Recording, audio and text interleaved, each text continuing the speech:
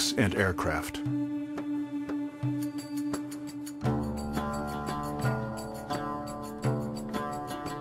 One of the complicated stories has to do with oil in the Middle East.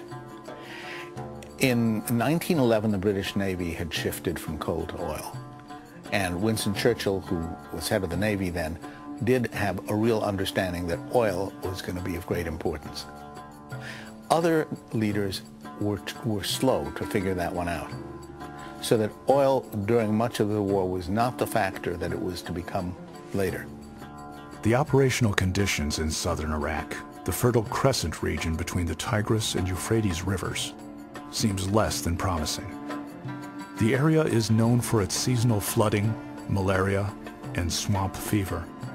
High temperatures are unbearable, sometimes reaching above 150 degrees.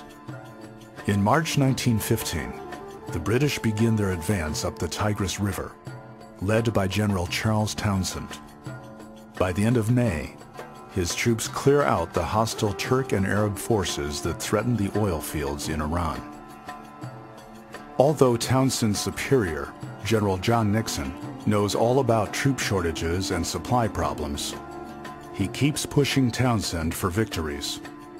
He even talks about capturing Baghdad before the year is out.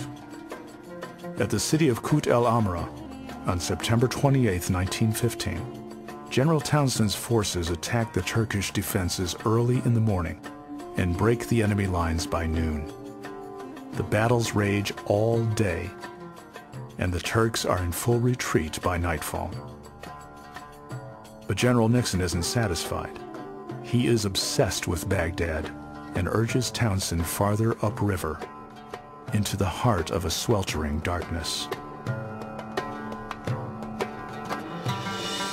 By mid-November, British forces, about 11,000 men, stand at the ruins of an ancient city known as Ctesiphon, with its famous arch rising above the featureless landscape. They are only 25 miles from Baghdad. Standing in their way are 20,000 soldiers of the Ottoman Sixth Army, led by Nurettin Pasha.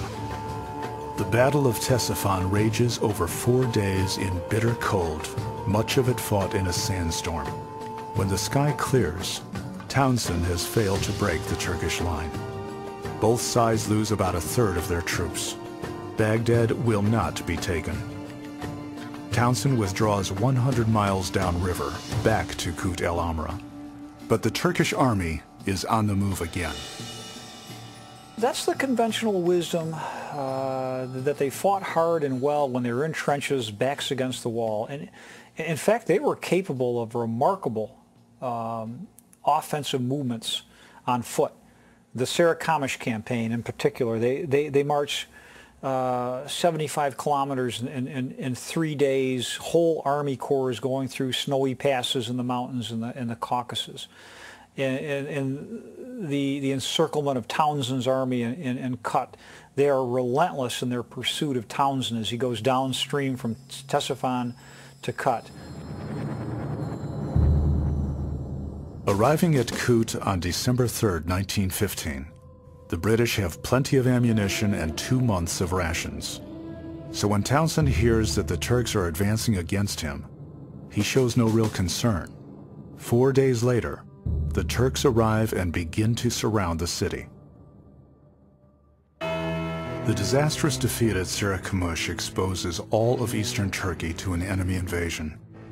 In early May 1915, the Russians restart their military machine and move down the Tortum Valley toward the fortress city of Erzurum. General Yudenich and his army of 80,000 men capture the city of Van to the south, move past Lake Van, and threaten the city of Mush.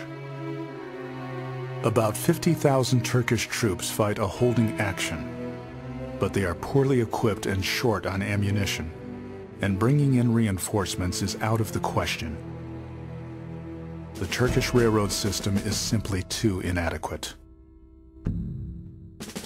So it's easy to talk about moving troops from Gallipoli or Thrace down to Mesopotamia. It's another thing entirely to actually do it. The railways only went part of the way, and there were big breaks caused by mountains and unconstructed tunnel systems, which were planned but uncompleted. It would take something like 6 to 8 weeks to move troops from Gallipoli down to Mesopotamia under the best of circumstances. Battles continue throughout